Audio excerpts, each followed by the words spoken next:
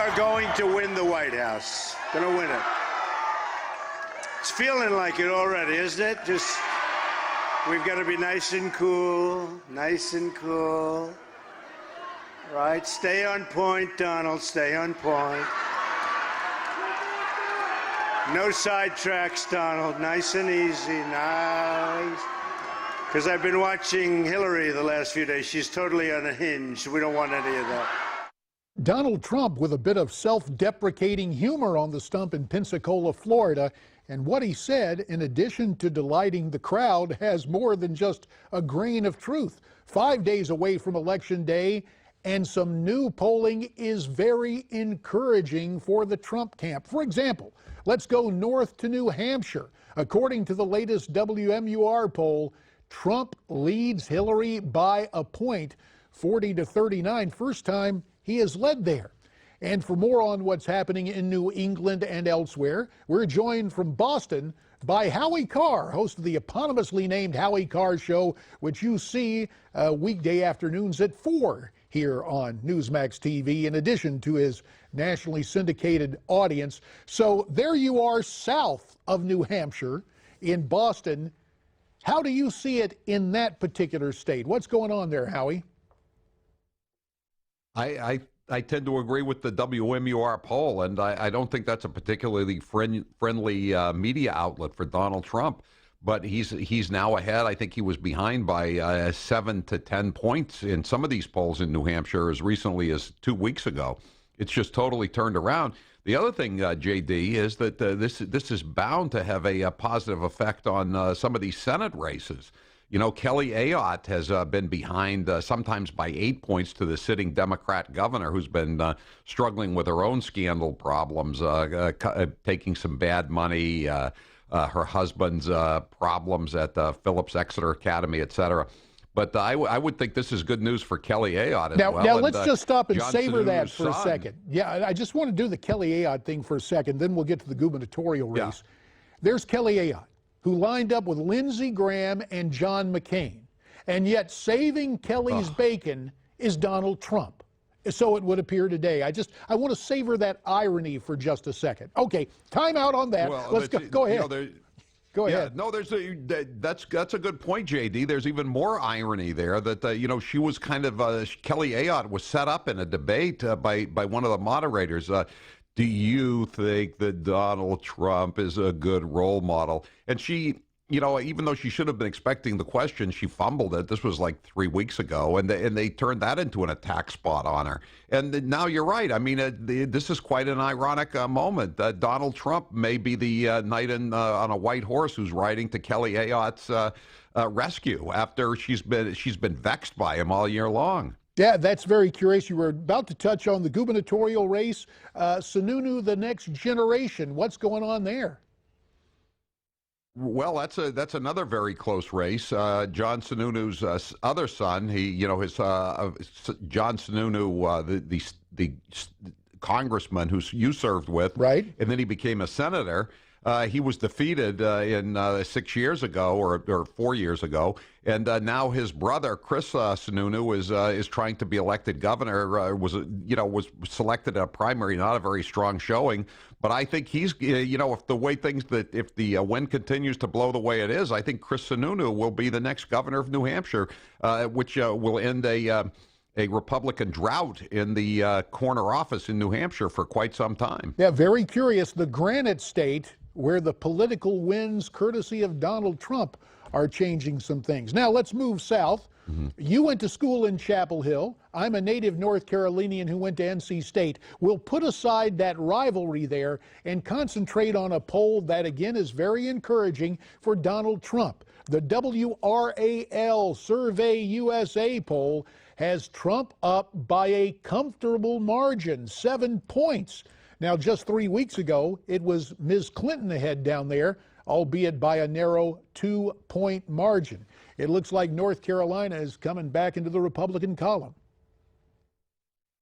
Yeah, North Carolina, as you know, JD, better than me, even has become a real battleground state. And I think that, again, the Senate seat is in play. Richard Burr. Isn't that the Senate seat that's gone back and forth between the Republicans and Democrats for close to 40 years, I believe? It is that designated seat. If, yeah, that's the one that it's almost like yeah. you're one and you're done. That is the one seat that has always offered that kind of change. And you're saying now it's a narrow margin, but it appears Richard Burr might escape that curse. I think he will be the first.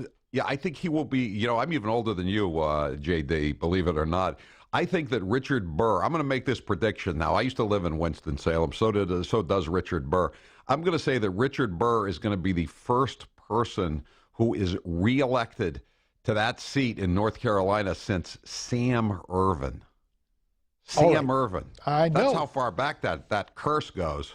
That's absolutely the case. Isn't that amazing? Well, I remember it well because I've lived it, and you're right. And Richard Burr, when Sam Ervin was finishing up his days in the Senate, Richard Burr was playing football at Winston-Salem Reynolds, and I was at High Point Central. So that was a few years ago. So back to the presidential race. Donald Trump is feeling good. Let's listen to him again on the stump as he talks about Florida, and then we'll concentrate more on that. Here's what Mr. Trump had to say. And the polls have just come up. We're way up in Florida. I shouldn't say that because I want you to go vote. Okay, ready? We're going to pretend we're down. We're down. Pretend, right? We'll pretend we're down. Now, we got to win. We got to win big. We got to beat her. And you know, Howie, you take a look at the early voting on the first coast up Jacksonville way, a strong Republican turnout. We understand that's counterbalanced in South Florida. But again, you've got a situation where it appears there is an edge for Republicans statewide, something around 20,000 early votes. We know things can change. Can Trump maintain that momentum in the Sunshine State? JD, I believe he can. I think things are breaking his way. I mean, I can't imagine what it must be like to be on his plane today as he's seeing these same polls that we are, as he's watching on his big screen. I mean, it's got to be the happiest moment of his life. I mean, who would have ever predicted this 2 or 3 weeks ago? I mean, all we were hoping for was that the Republicans could hold on to the Senate and the House. And now all these battleground states seem to be breaking his way. And this drumbeat of scandal that's coming out daily. I mean, I go again showing my age. I mean, I've never seen anything like this since Watergate. I mean, the scope of the unfolding scandal. But here's the irony. Here's the irony. The press, happy to go after Dick Nixon, is treating Hillary like, oh, we don't want to touch this. Oh, we're not. And the dominant media culture is doing its best to defend Hillary to the point where Trump has opened up his considerable pocketbook, has a new TV ad showing that scandal ain't just a show on ABC. It's a real life thing. Let's look at the latest Trump ad, then get your reaction to it. The Clintons, from dead broke to worth hundreds of millions.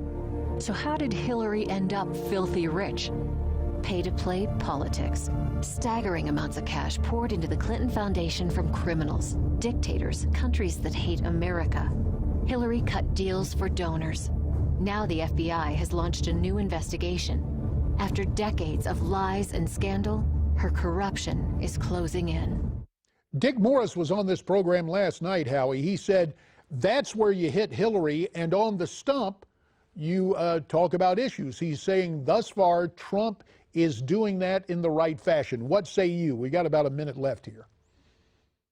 I agree. I would not lose focus on Obamacare. I mean, every day, tens of thousands more Americans are getting these notices in the mail. Their plans, their premiums are going way up, or they've just totally had their coverage canceled altogether. I mean, I think that's a really big issue. Again, the mainstream media is trying to downplay it, but that's a major issue too.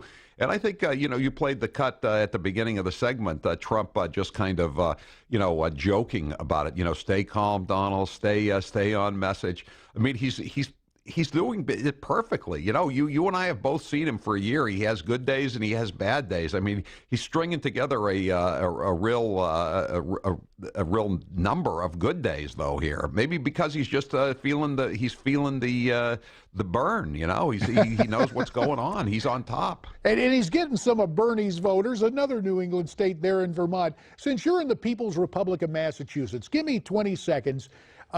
Minority turnout, it would be tough for Trump to win the Bay State, but will the margin for Hillary not be as large as some might expect? Again, about 20 seconds. Absolutely. It won't be as large. Yesterday, the ACLU filed a lawsuit and some other citizen activist groups. They want to have same-day voting in Massachusetts. They say it's people that were in Puerto Rico and they weren't able to register to vote. That's how desperate they are. They're trying to throw a last-minute same-day voting suit at the Commonwealth. Wouldn't it be great if they did that for the military? Oh, that's right. The military is voting for Trump, so it wouldn't work for him. Howie Carr, thanks for your time. We really appreciate it. Now, stay with us, because when we come back, we'll get the European perspective on the 2016 election. Stay tuned.